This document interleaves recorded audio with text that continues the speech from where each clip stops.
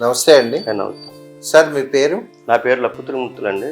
నేను 24వ ward YSR party ఇన్ఛార్జిగా పనిచేస్తున్నాను. త్రిమూర్తులు గారు, మీరు ఎన్ని సంవత్సరాల నుంచి రాజకీయాల్లో ఉన్నారు?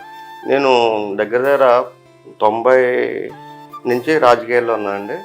నేను ఫస్ట్లో అయితే తెలుగుదేశం పార్టీలో ఉండేవాడిని. తెలుగుదేశం పార్టీలోంచి సీని గారి గురించి నేను వైఎస్ఆర్ పార్టీలోకి వచ్చాను. అంటే సీని గారు కాంగ్రెస్లో ఉన్నాడు, కాంగ్రెస్లోకి వచ్చి ఆయనతోనే పనిచేస్తున్నాను. ఎందుకంటే సీని గారు కాపు నియోజకవర్గానికి కాపుల్లో ఉండవలసిన మనిషి కాదండి. వ్యక్తిగతంగా ఇంకా అందరినీ కలుపుకొని వెళ్ళిపోతారండి. అసలు ఆయన భగవంతుడితో సమానం. మేము వెంకటేశ్వరం అంటాం, తిరుపతి వెంకటేశ్వరం అంటాం.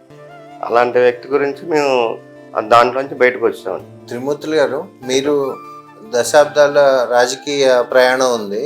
మీరు చాలా మంది నాయకులను చూస్తుంటారు. గ్రంథి శ్రీనివాస్ గారితో మీరు ప్రయాణం చేస్తున్నారు. అవునండి. గ్రంథి శ్రీనివాస్ గారికి వేరే మీరు గమనించి చూసి ట్రావెల్ చేసిన నాయకులకి ఉన్న తేడా ఏమన్నా చెప్పగలుగుతారా? బోల్డంత ఉన్నదండి.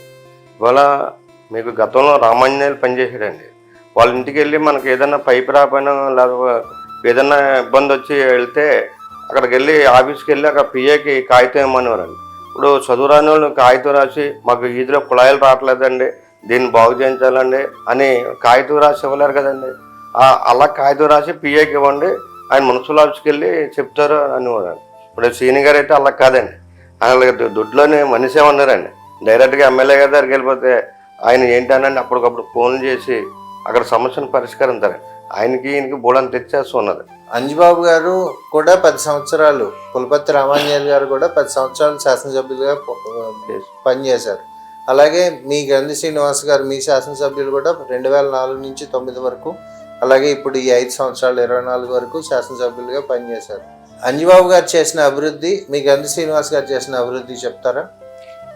అంజిబాబు గారు 10 సంవత్సరాలు చేసినా ఎక్కడ అభివృద్ధి చేయలేదండి. ఎక్కడా కూడా దీన్ని బట్టి మీకు చిన్న ఎగ్జాంపుల్ చెప్తానండి. 2018లో అంజిబాబు గారు ఎమ్మెల్యేగా ఉన్నారండి. సీని గారు లేరు 2018లో. ఉంటే మనకి ఆగస్టు నెలలోని వరద వచ్చి కాలువ పెద్దదైపోద్దండి. అయిపోతే మనకు ఫస్ట్ చేపల కేజీఆర్ కాలేజీకి వెళ్ళే రోడ్లో ఫస్ట్ వంతెన తగులుతుందండి. అది దాని పక్కన అప్పుడు వంతెన కట్టేటప్పుడు అదంతా తవ్వేయడం వల్ల అదంతా వీక్ అయిపోయిందండి.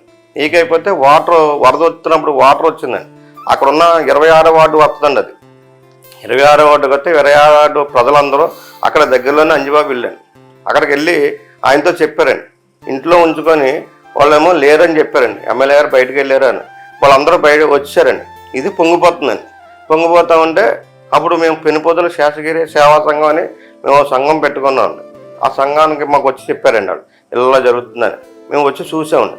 చూస్తే తెల్లారేదాడికి ఫ్లడ్ వచ్చేద్దండి, ఇంకో ఊళ్ళోకి వచ్చేస్తుంది. సరే అప్పుడు ఎమ్మెల్యే మనకి సీని గారికి ఫోన్ చేసామండి.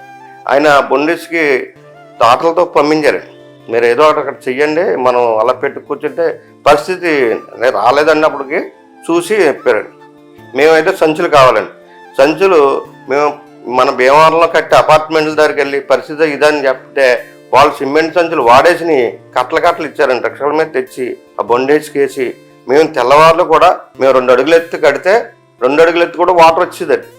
తెల్లవారులు చేస్తే అదే వార్డులో శ్రీనివాసు అని ఉన్నాడండి. ఆయన భోజనాలు అది ఏర్పాట్లు చేశాడు. అలా తెల్లవారులు మేము కడితే మేము 2 అడుగులు కడితే 2 అడుగులు వచ్చిందండి. మనం పైకి కట్టి కొలిది తొక్కేస్తాయి కదండి. మళ్ళీ వాటికి రాడ్లు వేసి వెనక్కి లాగి కట్టి మొత్తానికి అది నిలబెట్టామండి. అప్పుడు 2018లో ఆయన సేవ చేయలేకపోయాడండి. అసలు అక్కడికి దగ్గరే అతను రాలేదండి. మరి సీని గారు నేను కౌన్సిలర్ని కాదు కదా, నేను ఏం చేయగలను అని అనలేదండి. మన అప్పుడు బొండిస్కి ఎంత ఖర్చు అవుతుందండి. అలాంటి సేవాభావాలన్నీ ఈయన దగ్గర ఉన్నాయండి. ఆయన దగ్గరే ఉన్నాయండి. త్రిమూర్తులు గారు, మీ వార్డులో, మీరు నివసించే వార్డులో టోటల్గా ఓట్లెన్ని?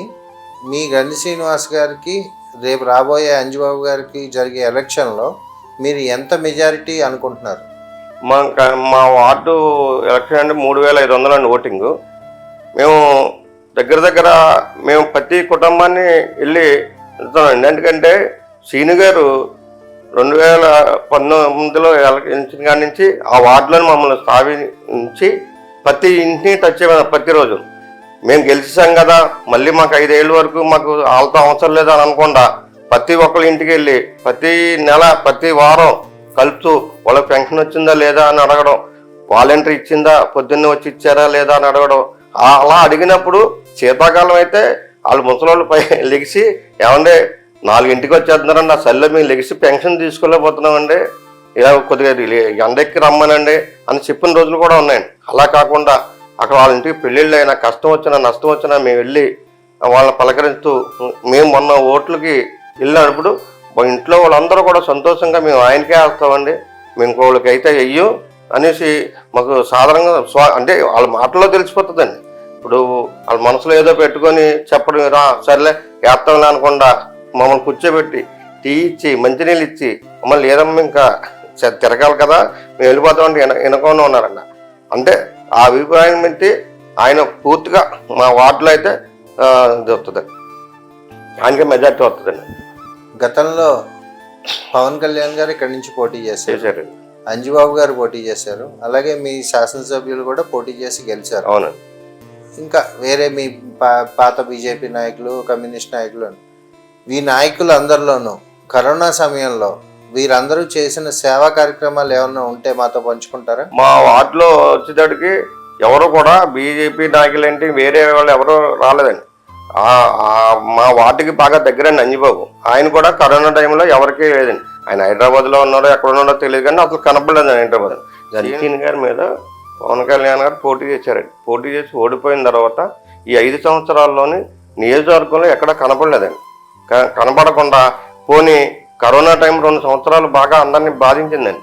ఆ టైంలో కూడా ఆయన ప్రజలను కలుసుకోకుండా, లేదా వాళ్ళ అభిమానుల్ని మీరు ఈ పని చేయండి ఈ పని చేయండి అని కూడా చెప్పకుండా అసలు వాళ్ళ అభిమానులు ఎక్కడ కనపడలేదండి. సీని గారు అయితే మా అందరికీ ఫోన్ చేసి ఎక్కడైనా ఇబ్బంది వస్తుందని అడిగి దళ్ళయి కట్టేసేవారు కరోనా టైంలో. ఆ టైంలో కూడా మేము అందరం వెళ్ళి ఇంటింటికి వెళ్ళి కూరగాయలు, పళ్ళు, పాలు, ఆహార ధాన్యాలు ఇవన్నీ పట్టుకొని వెళ్ళి ప్రతి ఒక్కరి ఇంటికి ఇచ్చేవాళ్ళం. ఈయన ప్రతి ఒక్కరిని కూడా మోడరేట్ చేసి పలానా ఏరియాకి పలానా అది కావాలని జనం చేత చేయించుకొని వాళ్ళకి అందజేసేలా చేశారండి. మరి ఈయన్ని గెలిపిస్తారు కానీ ప్రజలు మరి ఎవరో వచ్చిన అంజిబాబు, ఎప్పుడో కనపడిన అంజిబాబు నేను గెలిపిస్తారని మేమైతే అనుకుంటలేదు. మరి కరోనా టైంలోని ప్రజలు ఆక్సిజన్ అందక బాధపడుతూ ఉంటే మన గవర్నమెంట్ హాస్పిటల్లోని ₹1 కోటి వ్యయంతో ఒక ఆక్సిజన్ ప్లాంట్లు ఏర్పాటు చేశారండి. అది ₹1 కోటి కూడా వాళ్ళ ఫ్రెండ్స్ అందరూ కూడా సహాయం చేశారు. ఈయన కూడా ఎక్కువ మొత్తంలో సహాయం చేసి, అలాగే మన భీమవరమే కాకుండా చింతలపూడి అడవి ప్రాంతాల్లో కూడా ఈయన ద్వారా అక్కడికి ఈ సిలిండర్లు వెళ్ళియండి ఆక్సిజన్. అలాగా అందరికీ కూడా ప్రజల్లోకి ఆయన ఇంక వచ్చేవారని, మేము వద్దు వద్దన్నా సరే ఆయన వచ్చేవారని, ఎక్కడ ఏ ఇబ్బంది ఉన్నా మేము ఫోన్ చేసి పలానా ఆయనకి కరోనా లక్షణాలు కనపడుతున్నాయని అంటే హాస్పిటల్లో బెడ్ ఉంది పలానా చోట పలానా వాళ్ళని వెళ్ళని పంపించేసేవారండి. ఇంక అసలు ఆయన చూద్దాంలా చేద్దాంలా అన్న మనిషి కాదండి. Okay sir, thank you. నమస్తే.